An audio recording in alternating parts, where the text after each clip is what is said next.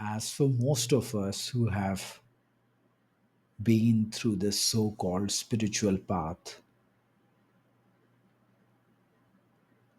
which eventually converges into a pathless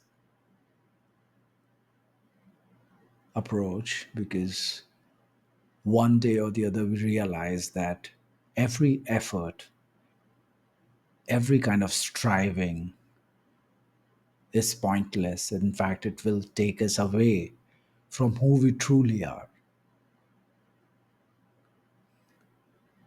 And that is the real awakening, where we just realize that this isness, this aliveness,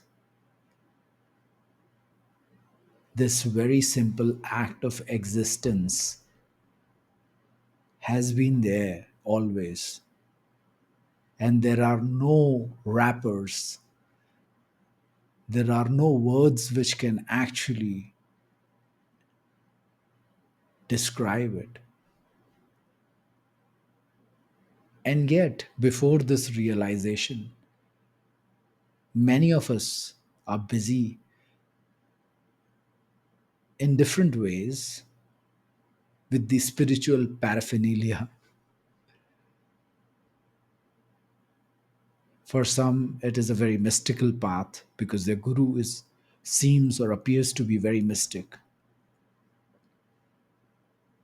And then there's this subtle devotion towards this guru,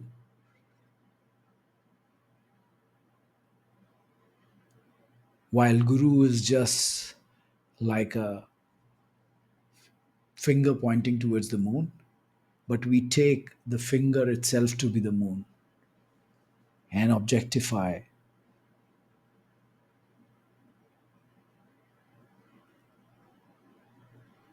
Otherwise, people make consciousness itself into a thing. There are deep discussions around it. There's a sort of non dual policing which happens. And not just this, for a lot of people, even meditation becomes like a thing, like an identity. I'm a meditator, I meditate for 5 hours a day.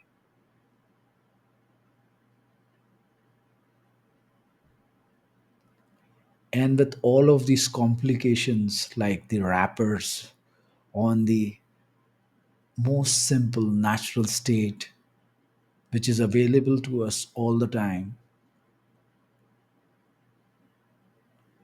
we kind of make this absolute organic attunement very, very special.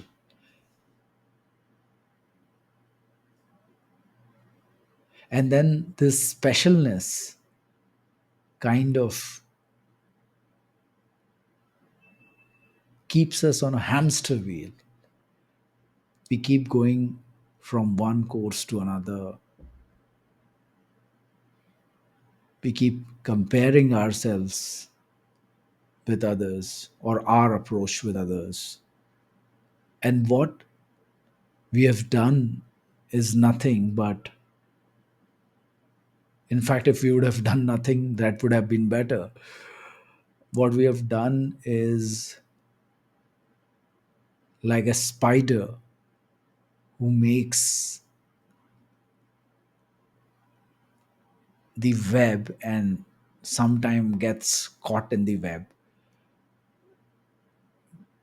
In our minds, we have left one web of very, very ordinary material life and made ourselves a very special web of spirituality. And we are just there talking about Maya, talking about Brahman, talking about Mukti, Samadhi, Kundalini, and so many other concepts.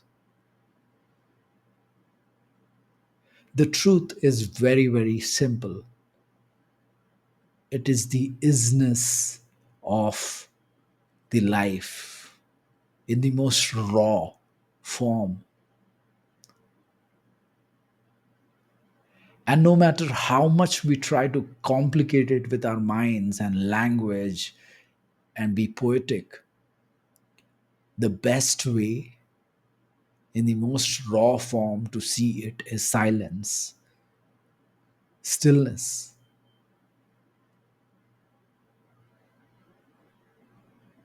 And once the stillness or the silence is seen as the most essential thing of existence, the noise has its space within this silence. Every action, every creation has space within the stillness.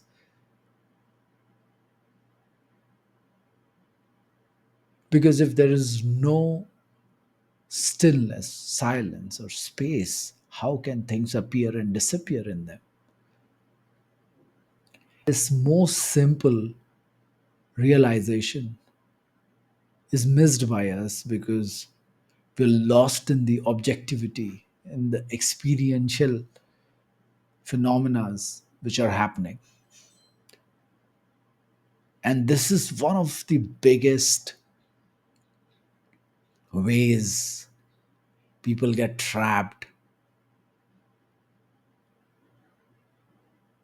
And then they are just kind of with the golden handcuffs of spirituality or the tag of meditator. But it's very, very difficult to leave something which has helped us leave everything behind what we had already before we started this apparent path, our journey on this path. But then comes one day where we know it very well that as our eyes cannot see itself, it is busy looking onto everything else. There's a different kind of seeing which is required.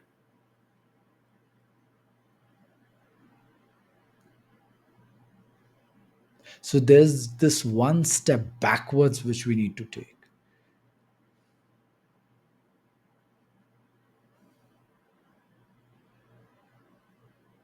So there's this very beautiful inquiry which we all can do. If we were to ask, take one step forward, we can take one step forward. If we were to be asked, or if someone asks us that take a step towards your left side, we would do that. Right is also, we can take a step towards our right side. But what if someone asks us, take a step towards yourselves? The mind suddenly pauses. It pauses because you are yourself. How can you take a step towards yourselves? And this is the most simple realization for which we go through complex routes, complex processes, paths. And after taking all of that, we realize that I am that.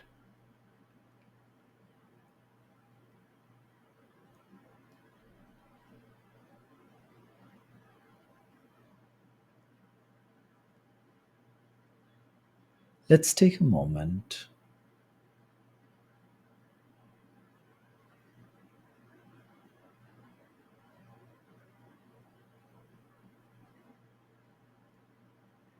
and just see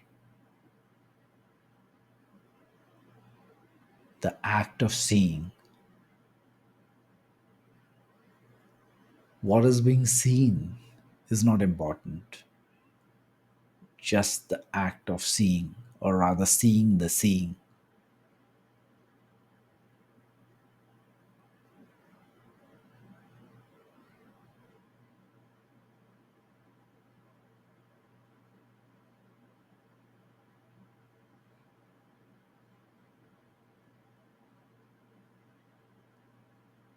we'll know that